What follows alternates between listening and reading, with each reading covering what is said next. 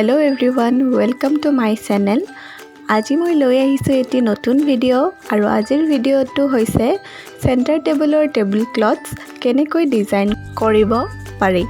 তাৰ বাবে মই লৈছো এখন মেৰুন কালাৰৰ কাপোৰ আৰু এয়া লৈছো মই বগা কালাৰৰ ৰিবন যেটো মই কাপোৰখনৰ সাইডত বৰ্ডাৰ হিচাপত লগাই দিম। আৰু এয়া লৈছো মই বগা কালাৰৰ ফ্লাৱাৰ ডিজাইন থকা লেস যেটো মই টেবুল ক্লথছ খনৰ সেন্টাৰত এটা ডিজাইন কৰিবলৈ আৰু এইখিনি মই এতিয়া সিলাই কৰি লম। আপোনালোকে মেচিনৰ সহায়ত নহলে বা হাতেৰেও সিলাই কৰিব পাৰিব।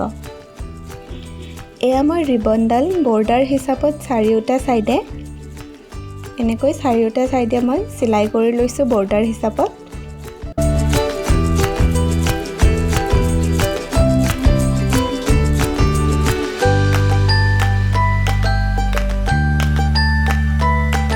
টেবুল ক্লথখন ডিজাইন কৰি উঠাৰ পিছতনো কেনেকুৱা লাগে জানিবলৈ ভিডিওটো সম্পূৰ্ণ শেষলৈকে চাব। এতিয়া মই ইয়াত সেন্টাৰত বগা কালাৰৰ লেসডালৰ সৈতে এটা ডিজাইন বনাই দিম। প্ৰথমতে মই ডিজাইনটো বনাবৰ কাৰণে আই পিনৰ সহায়ত সিকিউৰ কৰি লম যাতে সিলাই কৰাৰ সময়ত তেৰা বেকা হৈ ওলাই না যায়। সেই কাৰণে আই পিনৰ সহায়ত প্ৰথমতে ডিজাইনটো বনাই সিকিউৰ কৰি লম। তাৰ পিছত ইয়াতে সিলাই কৰি দিম।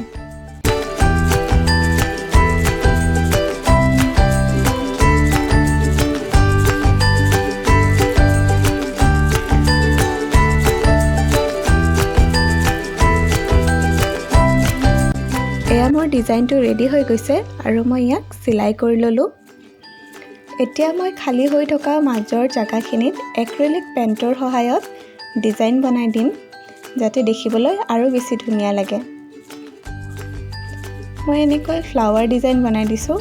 আপোনালোকে যদি বনায় তেনেহলে যিকোনো ডিজাইন বনাবলৈ পাৰিব। মই এনেকৈ ফ্লাৱাৰ আৰু কিছুমান পাত বনাই দিলো যাতে দেখিবলৈ আৰু বেছি ভাল লাগে আৰু ফুটি ওলাই কালাৰটো বগা কালাৰৰে কৰিলো কাৰণ মোৰ কাপোৰখন মেৰুন কালাৰৰ হয়।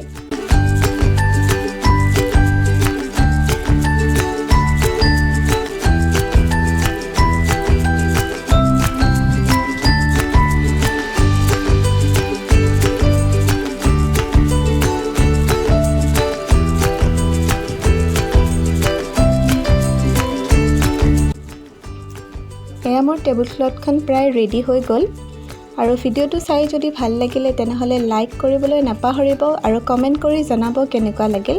লগতে মোৰ চেনেলটো সাবস্ক্ৰাইব কৰি দিব আৰু নটিফিকেশন বেলটো অন কৰি দিব যাতে আহিবলগীয়া ভিডিওবোৰৰ নটিফিকেশন আপোনালোকে পাই থাকে।